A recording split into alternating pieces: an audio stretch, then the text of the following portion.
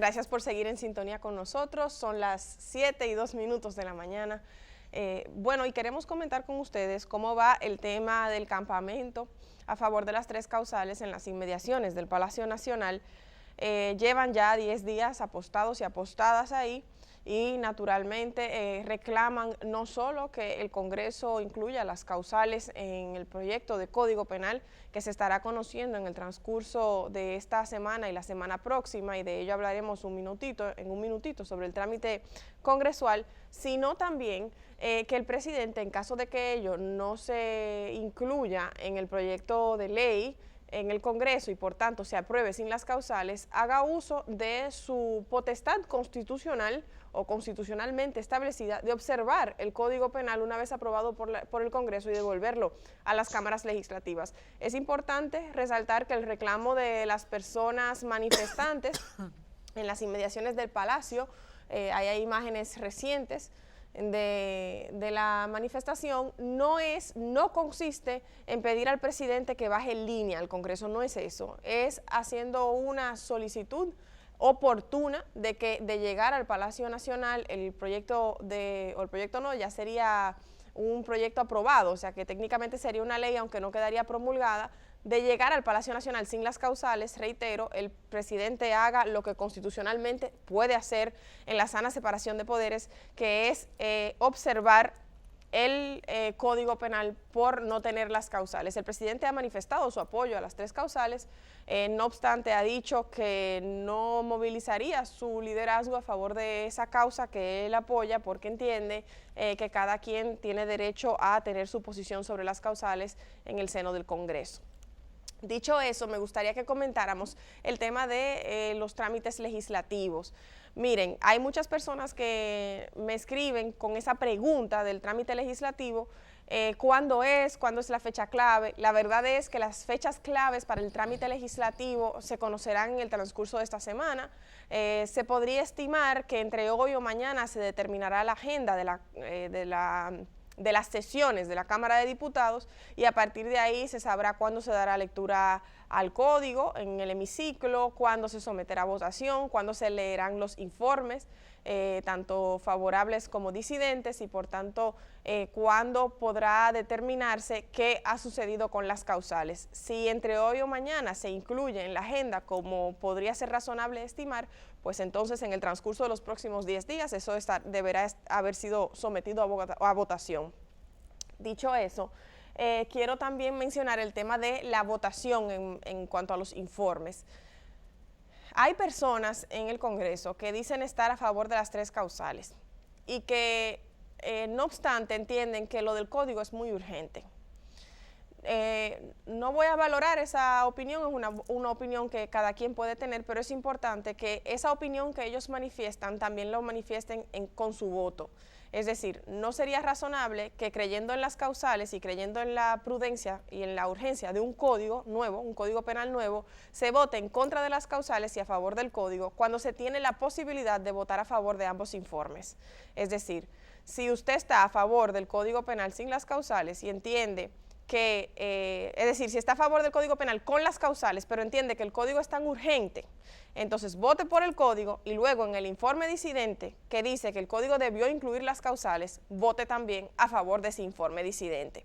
Lo que no sería sincero ni lógico es votar a favor del informe que propone el código sin las causales y luego votar en contra del informe que dice que estuvo mal que el código no tuviese las causales, porque entonces una cosa es su palabra y otra cosa es su voto. Yo creo que la solución de votar a favor de ambos informes, si bien no es, digamos, lo que yo entiendo es más justo en materia de derechos fundamentales de las mujeres, es lo que mejor sinceriza en términos institucionales lo que algunos legisladores alegan, y a cada quien que vote conforme ha dicho que es su criterio, porque si hay algo clave en la legislatura es que lo que públicamente se dice que es su posición vaya en consonancia con lo que en acta consta fue su voto, y la única forma de hacer comulgar esas dos posiciones que son posiciones que entran, digamos, que en conflicto, un código penal que hay una parte de los legisladores entienden que urge, pero unas 3 causales que también urgen, entonces es votar a favor de ambos informes. También quería mencionar que me preocupa que hay autoridades que hablan de referéndum. Me preocupa, reitero, lo dije en aquella ocasión, no porque yo entienda que el referéndum no favorece las causales o sí favorezca las causales. Si yo estuviese en contra de las causales y entendiese que defiendo el derecho fundamental a la vida del nascituro, yo me negara rotundamente a un referéndum también. Esto no es un asunto sobre cuál posición de las 3 causales se defiende. De hecho, ni siquiera es un asunto sobre las causales. Es que los derechos fundamentales, como dije en aquella ocasión, no se dejan a un concurso de popularidad en referéndum. Son, como dijo la Corte Interamericana de Derechos Humanos, en un caso emblemático, que representan un límite infranqueable, cita textual, a la voluntad de las mayorías. Los derechos fundamentales son un límite al poder establecido y también un límite al poder de las mayorías. De hecho, para eso existen, porque son para eso, para proteger a las personas sobre o frente a los poderes, tanto poderes públicos como los poderes de las mayorías. Quiero señalar que ayer celebré un live, como le decimos, en mi cuenta de Instagram con una mujer que había vivido un embarazo de inviabilidad fetal. Y bueno, fue a buscar ayuda aquí en el país, naturalmente su médico le dijo no te puedo ayudar, tuvo que salir del país a buscar ayuda y yo creo que es un testimonio muy válido porque por lo menos a mí me dejó entender cómo muchísimas veces una causal, la causal 2, que si no se atiende por lo que es inviabilidad fetal, termina teniendo que atenderse por riesgo de muerte para la madre. Y hay una parte importante de ese testimonio que yo creo que por lo menos vale la pena escuchar, independientemente de cuál posición se tenga, por humanidad, por cuán traumático se relata el proceso. Es un testimonio que no se puede, yo misma no pude escucharlo sin llorar, sin emocionarme hasta las lágrimas, porque la verdad es que es un drama muy fuerte el que viven las mujeres en esa encrucijada, solo que vale la pena escucharlo. Yo creo que ese tipo de testimonios arrojan luz acerca de cómo se viven esos procesos. Y por último, el comunicado de Eddie Herrera, Uchi, que decía que no estaba a favor de la interrupción voluntaria del embarazo porque él había pedido a la madre de su primera hija que interrumpiera ese embarazo, que abortara y bueno, hoy sabe que según él entiende no debió haberlo hecho, pero yo creo que vale la pena decir y aclarar aquí que ese embarazo no ponía en riesgo, o por lo menos no en la información que se ha trascendido y por los resultados se hace evidente, no ponía en riesgo de muerte a la madre, no había inviabilidad fetal, es decir, el feto no tenía ninguna malformación incompatible con la vida fuera del útero y no era producto de una violación, razón por la cual no aplica el tema de las 3 causales en el embarazo de la madre de la primera hija de Eddie Herrera. Por lo tanto, no guarda relación con lo que se defiende en las inmediaciones del Palacio y en todo el territorio nacional. Uchi. Sí, efectivamente. La verdad es que lo que pasa es que hay gente que no entiende. Eddie Herrera no entiende qué es lo que se está planteando, porque es una cosa muy diferente a la situación que él relata, ¿verdad?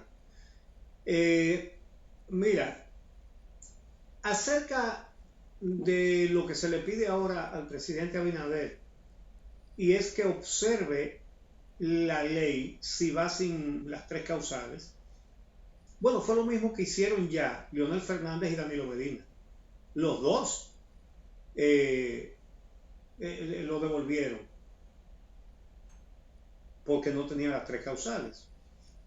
Y los dos dejaron de ser presidentes, pero no por eso. Leonel Fernández y Danilo Medina dejaron de ser presidentes por un impedimento constitucional que ellos no pudieron destruir. Que lo intentaron, pero que no pudieron. Bueno, Danilo, porque se comió el primer tiburón podrido, trató de comerse el otro y no pudo, simplemente porque no tuvo éxito la empresa de comprar legisladores, porque eso fue. De manera que los dos dejaron de ser presidentes, pero no por haber devuelto las leyes sin las tres causales, sino por otro motivo muy diferente. Eso evidentemente que no les hizo ningún daño. Leonel fue presidente 3 veces y Danilo Medina fue presidente 2 veces. De manera que lo que le piden los defensores de esa causa, de las tres causales, al presidente es que lo observe. Algunos han cometido el craso error de pedir que baje línea, sí, porque algunos se lo han pedido. El movimiento que encabeza esta lucha no, pero algunos sí, que baje línea, que le diga, no puede. Queremos una democracia funcional con poderes independientes. Y si los legisladores que en campaña dijeron que garantizaría eso y ahora votan en contra, no es porque el presidente le diga o le deje de decir, es una decisión de ellos y ellos son responsables y no pueden achacarle nada a nadie. Por otro lado, yo quiero expresar en relación con este tema que este tema está sacando como muy bajas pasiones, conductas que no contribuyen para nada a un debate democrático, muchos insultos, muchas descalificaciones. Y miren, por ejemplo, uno entiende que proceden las tres causales, pero entendemos que los que se oponen tienen motivos que nosotros no compartimos, pero no son personas despreciables ni mucho menos. No hay por qué descalificar a nadie. Fulano es un tal y un cual y Mengana una tal y una cual. ¿Pero qué es esto? Porque tiene una opinión contraria a la mía. No, así nunca se convence a los demás ni se imponen soluciones. Esa no es la manera. Tenemos que aprender a reconocer que el otro puede estar defendiendo una causa contraria a la nuestra y que el otro está convencido de su causa y lo hace porque entiende él o ella que eso es correcto y no porque tiene en su corazón perversidad. No. Creen una cosa y usted cree otra. Entonces, razones. Si el otro no tiene sus razones, bueno, o no las quiso entender o usted no tuvo la suficiente capacidad para hacerle ver sus puntos de vista. Pero nosotros tenemos que dejar eso, esas descalificaciones, porque eso no es bueno, ¿no?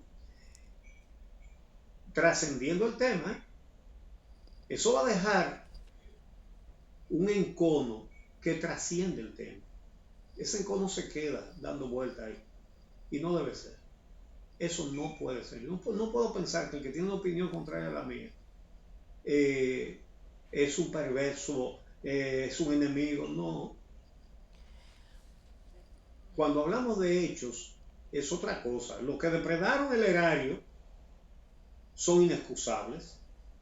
Usted no puede hacer causa común, ni siquiera razonar, porque es que usted va a razonar con alguien que sabe que robar está mal y lo hizo. Eso no es materia de discusión. Pero por una posición sobre un tema como este, no. Nosotros tenemos que aprender a discutir. Y discutir no es pelear. Discutir es exponer razones. Miren, eso es igual que los que protestan con vandalismo, con violencia. La violencia es más peligrosa, pero es más fácil. Es más fácil tirar piedra que ponerse a estudiar un problema para razonarlo y explicárselo a los otros. Eso es menos riesgoso, pero muchísimo más difícil. Y hay mucha gente que no está dispuesta a estudiar los problemas para exponerlos. Prefiere tirar piedra. Es más fácil. Sí. Pegar candela o romper vidrio. Eso es muchísimo, pero resulta que así no se resuelve. Entonces es la misma cosa. Las personas que se manifiestan a favor de que se prohíba el aborto en todas sus posibilidades y dimensiones, no son trogloditas. Ellos están convencidos de eso. Entonces, haga usted el esfuerzo y trate de convencerlo de lo contrario. Uchilora. Tan condenable es eso también como recostarse de entidades y posiciones para meterle miedo a los que van a decidir, que son los congresistas. Y la verdad es que hay muchos congresistas metidos en miedo, que entonces quieren buscar un bajadero que no es una ruta aceptable. Que entonces que ahora no, porque ahora va a impedir que aprueben el código. Mejor lo hacemos después. No, eso debe ser parte del código. Si usted no tiene la responsabilidad, diga, señores, yo me comprometí, pero ahora estoy metido en miedo. Pero no trate de engañar a nadie, porque no va a poder engañar a nadie. Y eso del referéndum, bueno, Carolina lo explicó brillantemente la semana pasada aquí. No se puede llevar a un referéndum algo que es un derecho fundamental. Es decir, vamos a hacer un referéndum a ver si podemos discriminar a los judíos, por ejemplo. No, eso no se puede hacer, porque es un derecho fundamental que, aunque la mayoría diga que sí, que vamos a acabar con los judíos, no se puede. Porque ellos tienen los mismos derechos que los que no son judíos. Entonces, eso quedó muy bien explicado. Así que vamos a discutir, pero a discutir con razonamientos, con argumentos válidos, sin descalificar a nadie. Frente al Palacio llegó un grupo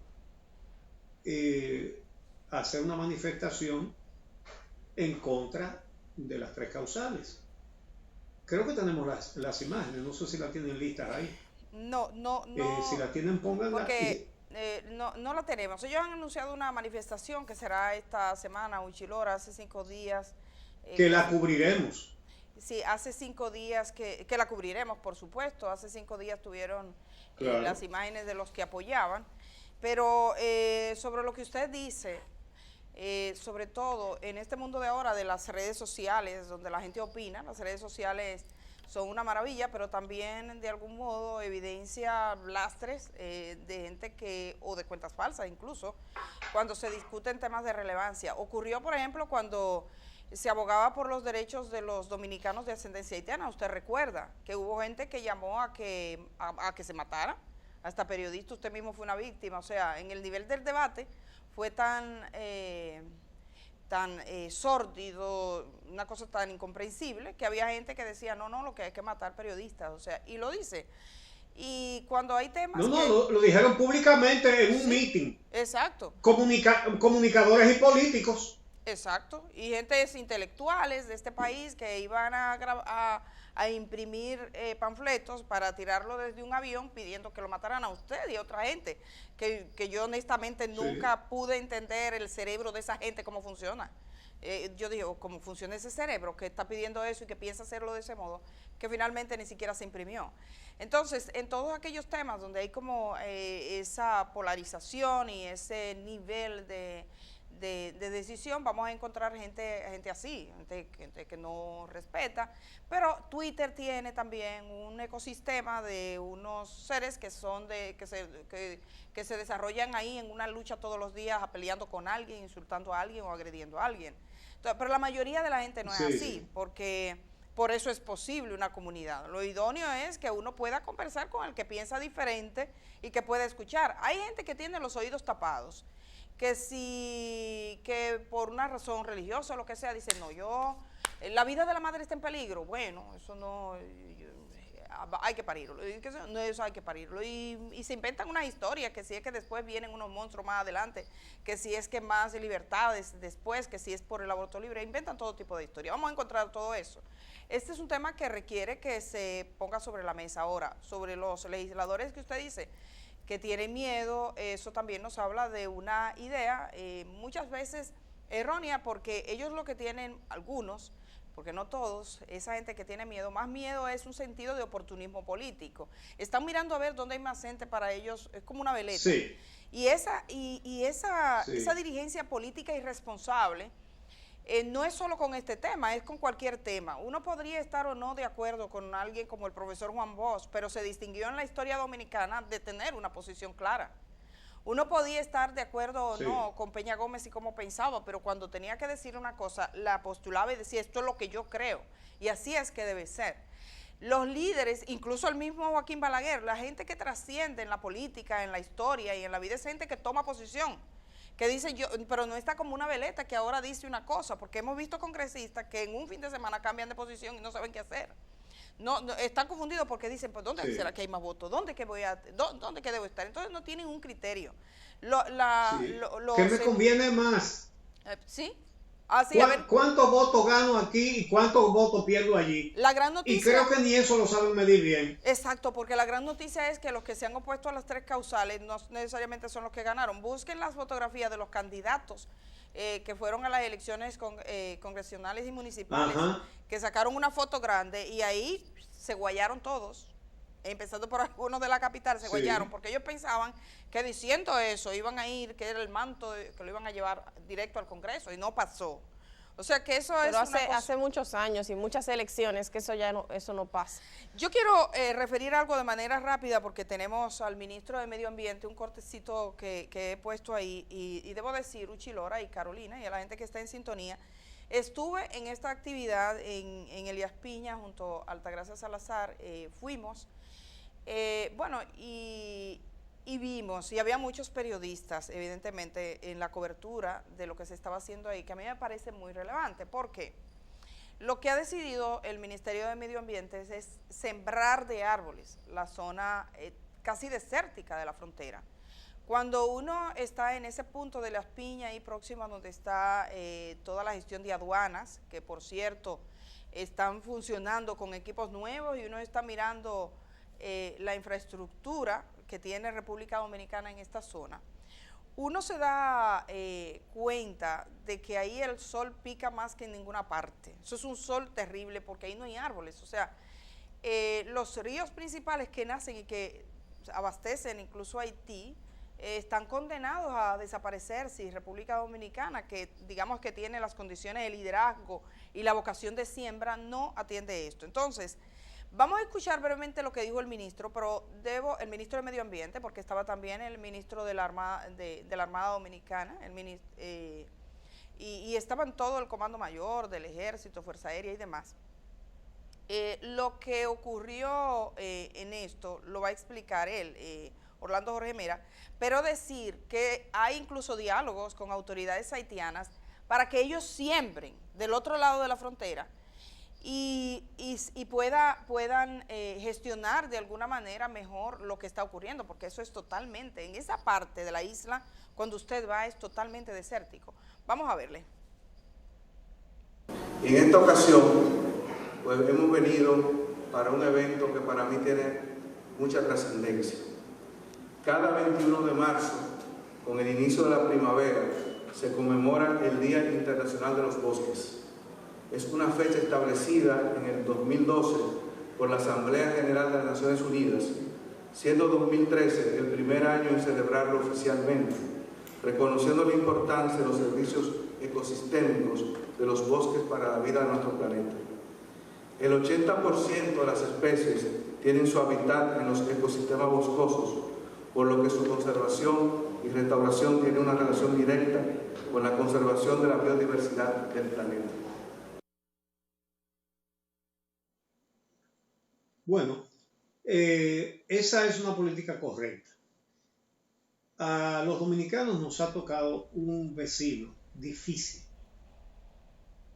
que tiene una situación económica deplorable.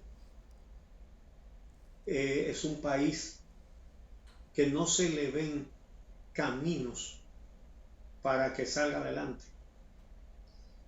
Los mismos haitianos, la clase política, la clase intelectual, la clase empresarial, no creo que tenga mucha identificación con esos roles.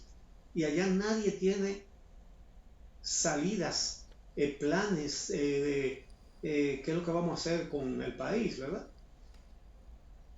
Eso no tiene muchos visos de salidas exitosas para que ese país progrese. Y nosotros, que somos sus vecinos, sus únicos vecinos, pagamos las habas con una inmigración que viene desde allá desbordante. Que por eso tenemos que enfocar bien esos problemas. No podemos enfocarlo a través del odio, porque primero no tiene sentido y eso no da resultado. Tenemos que saber que tenemos un vecino mucho más pobre que nosotros y que la gente se va a buscar las oportunidades donde las encuentre, porque los dominicanos lo hacemos también, a veces con mucho mayor riesgo.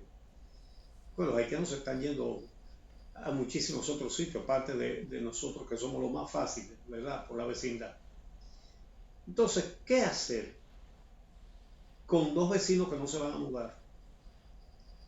Bueno, tratar de ayudarlos allá.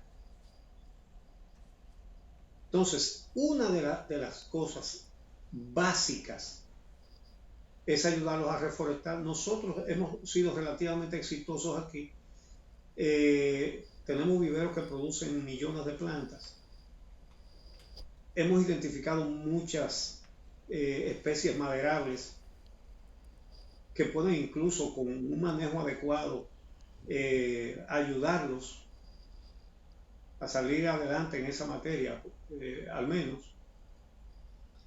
Entonces, miren, nosotros tenemos que reforestar la parte nuestra porque la desertificación de Haití se ha ido pasando para acá. Entonces tenemos que reforestar nosotros aquí y tenemos que ayudarlos a reforestar a ellos allá. Yo les regalaría todas las plantas que ellos quieran sembrar. Sí. Y asesoramiento y para que siembren, para detener la desertificación. De manera que lo que se está planteando es bueno saber que están en esa actitud, ayudarlos a sembrar, porque si no queremos que vengan, tenemos que tratar de ayudar a que mejore su situación. La desertificación de Haití es extrema, entonces vamos a ayudar a sembrar. Me parece muy acertado, creo que es muy positivo, y ese es un camino correcto. Vamos a hacer una pausa. Uchi, perdone, solo decirle a la gente que busque lluvia sólida o agua sólida, que es lo que está usando el Ministerio de Medio Ambiente. Lo conocí ayer, es un polvo que le echan agua, se acoge en ese peso hasta 200 veces la cantidad de agua que tiene la masa que recibe, es como un gel. Entonces lo ponían en el fondo, ponen la planta, se calcula que dura unos 6 meses, aunque no haya lluvia, es humedad, esa agua está ahí concentrada. Muy buena cosa, eso fue un invento de un mexicano, según estuve leyendo. Solo para que lo busquen, para que se enteren que ya eso está aquí y se está usando. Vamos a la pausa entonces, Uchi, como decía usted. Sí, y cuando regresemos, señores, la Federación de Comerciantes dice que tan pronto pase la Semana Santa, va a luchar para hacer desaparecer el preaviso y la cesantía, 2 derechos laborales fundamentales. Y conversaremos sobre esto con el sindicalista Gabriel del Río, que es el secretario general de la Confederación Autónoma Sindical Clasista CAS. En un momentito. El